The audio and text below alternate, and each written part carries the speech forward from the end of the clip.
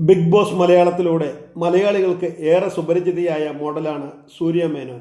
Big boss show നടക്കുന്ന സമയത്ത് സഹമത്സരാർത്ഥിയായ മണിക്കുട്ടനോട് പ്രണയം തുറന്നു പറഞ്ഞതിന് ശേഷം വലിയ തോതിൽ വിമർശനങ്ങളും ട്രോളുകളും നേരിടേണ്ടി വന്നു.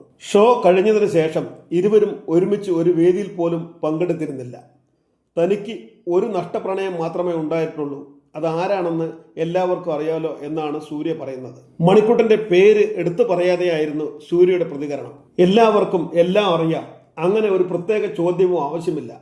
ലഭിക്കാതെ പോയ ഒരു പ്രണയം ഒന്നേയുള്ളൂ. കല്യാണം നടന്നില്ലെങ്കിലും വിഷമമൊന്നുമില്ല. കല്യാണം എന്നത് യോഗമല്ല, തലവര എന്നൊന്നുണ്ട്. അതുണ്ടെങ്കിൽ നടക്കും, ഇല്ലെങ്കിൽ ഇല്ല. ഞാൻ പ്രണയിച്ച ആളെ കാണാൻ ധാരാളം അവസരങ്ങൾ എനിക്ക് കിട്ടിയിട്ടുണ്ട്. ഞാനായിട്ട് ഒഴിഞ്ഞു മാറിയതാണ്. ബിഗ് ബോസിന് വെളിയിൽ വന്നപ്പോഴേക്കും തെറ്റിദ്ധാരണകൾ പരത്താൻ വേണ്ടി ഒത്തിരി ആളുകൾ ക്യൂ നിൽക്കുന്നുണ്ടായിരുന്നു. ആ ഒരു ട്രാപ്പിൽ ആളും വീണു എന്ന് സൂര്യ പറയുന്നു. എന്നെ ഞരമ്പ് രോഗിയായി എല്ലാവരും ചിത്രീകരിച്ചു. പക്ഷെ ഞാൻ അങ്ങനത്തെ ഒരാളല്ല. ഒരാളോട് ഇഷ്ടം തോന്നി, അത് തുറന്നു പറഞ്ഞു, അത്രയേ ഉള്ളൂ.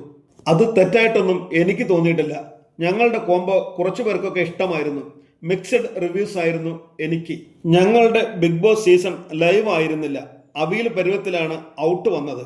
അതുകൊണ്ട് പല കാര്യങ്ങളും തെറ്റിദ്ധരിക്കപ്പെട്ടു. ഞാൻ പുറകെ നടക്കുന്ന ഒരാളായി ചിത്രീകരിക്കപ്പെട്ടു. ഒരിടത്ത് അടച്ചു കിടക്കുമ്പോൾ ഒരാൾ കെയർ ചെയ്യുമ്പോൾ ഇഷ്ടം തോന്നും.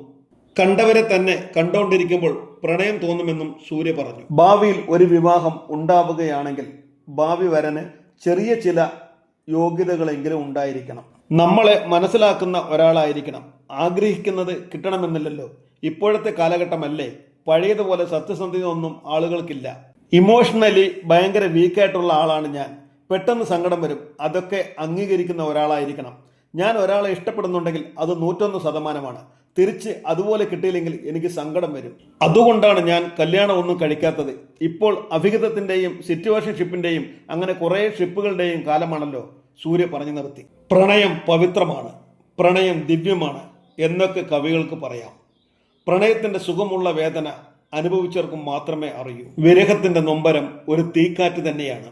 പക്ഷേ മനസ്സിലാക്കാതെ പോകുന്ന പ്രണയത്തിന്റെ വേദന അതിതീവ്രമാണ്. അങ്ങനെ കുപ്പത്തൊട്ടിയിൽ വലിച്ചെറിയപ്പെട്ട സൂര്യയുടെ പ്രണയവേദനയ്ക്ക് ആരാണ് ഉത്തരവാദി?